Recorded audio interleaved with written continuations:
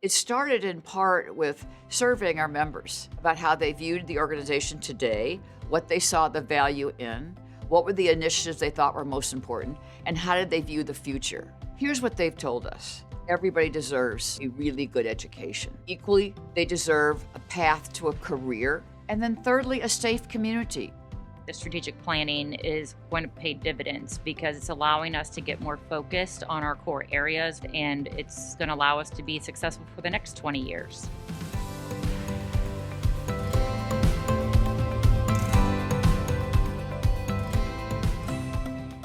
Our economic development drivers really start with human capital. And human capital starts at a very young age. And if we're not touching the lives of young children, who in turn impact the outcomes for communities, then I think we're missing the boat. Well, the RBC has done an excellent job of making sure that we have the highest level of standards in the public school arena. What we've done so far from a board governance standpoint, we've helped select new superintendents, we've helped support the back of the house stuff, and now the public school system, they're operating in the black after our involvement. All of that stability took place because of the efforts of the RBC. Educational reform is critical to turning any urban core around. You just see improvement. Just what we've done with educational reform, it's remarkable. We brought in Teach for America. We brought them in originally. And then we brought in KIPP schools, gives parents a choice. I can point to the particular school that I've been associated with, which is a public charter school in the city, a K-8 program. And over 90% of our 8th grade graduates are being admitted to selective high schools. What we liked about KIPP, it wasn't about one school. We need to educate thousands of students. And so with KIPP, they now have 6 schools, about 3,000 students. That's the kind of change that we'd like to advocate for. Once they get educated, they've got opportunities. We need to provide a career pathway, but we need our young people to see that there's a variety of options for them. College is great, but not everybody's set to go to college. And some people want to work with their hands or be outside working, and we need more of those workers in our community today. We can't find workers to do that, so that pothole takes longer to fill, or that street light takes longer to fix. It is affecting us across the board as our workforce is aging. We need more young people engaged. Mentorship is important to our organization as a whole because we think it's part of the fabric of our community to have a diverse and highly skilled and talented workforce. Mentoring young professionals and showing them a pathway to careers in our St. Louis region is a fundamental policy of what we're trying to achieve. YPN is so important for the St. Louis region because there's nothing else like it. You get a chance to build friendships, mentorships, and just great relationships overall. They want to make sure that you're growing inside your organization as well. We're working very closely with the city and the police department. We've come up with a pilot program. We will fund secondary police in the evening to add additional police downtown so people feel safe. It's been in effect approximately 8 months, but the results are great. You want to go out and get the best police chief in the country, and the salary wasn't up to where we thought we could get the best candidate. So the RBC chipped in along with the Police Foundation to have an amount that we could acquire one of the best police chiefs in the country. So all of a sudden you paired trust in the new police chief, a plan that he developed, raising some funds to make that happen.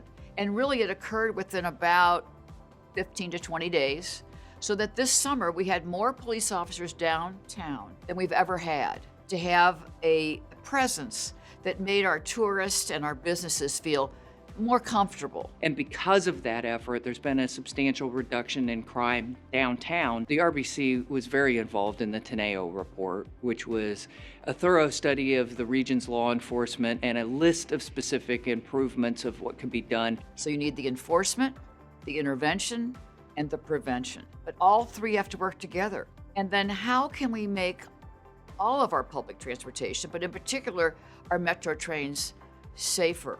You have to do some things to clean up the trains, make them look like they are the kind of vehicle that lots of people would like to ride on. what Bi-State and Metro said to us is their platforms needed to look different. What we did is a public-private partnership again, raised about $10.5 million privately, but that leveraged about $52 million publicly. We need people to feel comfortable to get on those trains. As they now renovate the 39 platforms we have, people are going to see this is the kind of vehicle that I want to get on and quickly get wherever I want to go. One of the things the RBC prides itself on is being discreet.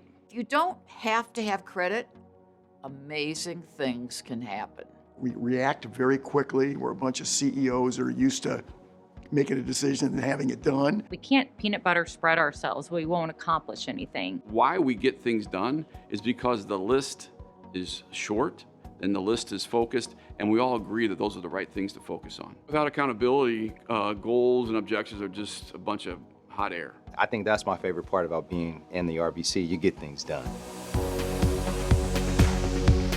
We decided we would get involved with one philanthropic organization. We've raised almost $250 million for United Way. Its focus is to help people live their best possible lives, and that mission aligns with all of our corporations individually. Knowing that every penny that we raise truly helps that neighbor next door. And when you boil it down to that, it makes that job of leading that campaign so simple. Our strength is it isn't about how many things can we do, it's how many people can we partner with. And it's through partnering that we extend the reach of the RBC. RBC never acts alone. We find the best partners in our community, and then we work shoulder to shoulder on common interest.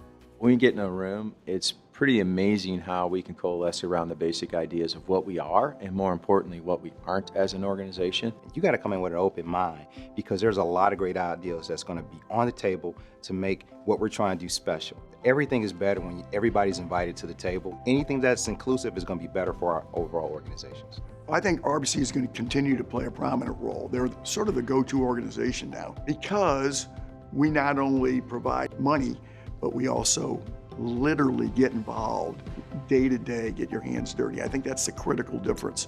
The RBC's role in St. Louis is cemented. You look at the investments that we make, you look at the people that we come in contact with, and most importantly, you see the change that we're making, you can be proud. And the experience that we've gained only makes us that much more focused on the things that really make a difference. We are a catalyst to great change. But one that's inclusive, one that's diverse, and one that represents individuals and families from all different backgrounds. We're into action and we have a sense of urgency. We don't have a lot of patience for more white papers because we feel like at this point, for most of our problems, we know what needs to be done.